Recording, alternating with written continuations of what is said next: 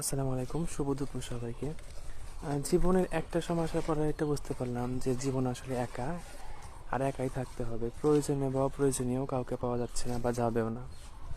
আচ্ছা, যাই হোক, আজকে আমরা বানিয়েছিলাম লেবু পাতার ভর্তা। এটা খেতে আসলে এত অসাধারণ, স্মেলটা এত জোর ছিল যে আসলে বলার ভাষা নাই।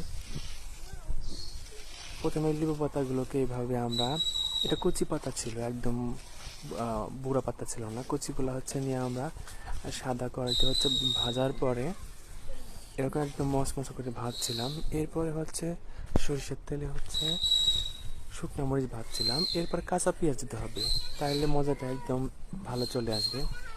অন কাইন্ড অফ এটা মরিচ ভর্তাও বলা চলে, শুধু স্মেলটা থাকবে লেবু পাতার।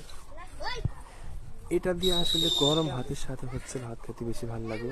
ঠান্ডা ভাতে এটা মুছবে না, অথবা আজকের ভাত কালকে সকালে যেমন থাকে সেটা দিয়ে এটা খেতে আরও বেশি মজা লাগবে, এবং গরম ভাতের সাথে একদম বেশি টেস্টি লাগবে। দেখতেই পাচ্ছেন এটা আসলে এত সুন্দর লাগে, মানে বলার বাহিরে। আগে দেখতাম মানুষ এটা খাইতো, আমরা টেস্ট করে বানাইলাম, দেখলাম না আসলে এটা ওয়াও লাগে। আর স্বাদে 10-এ 10 এটাতে। একদম মিষ্টি গন্ধ একটা ছিল, কিন্তু লবণ কম দিতে হবে, যেহেতু লেবু পাতা তিতা থাকে, লবণ কম দিতে হবে।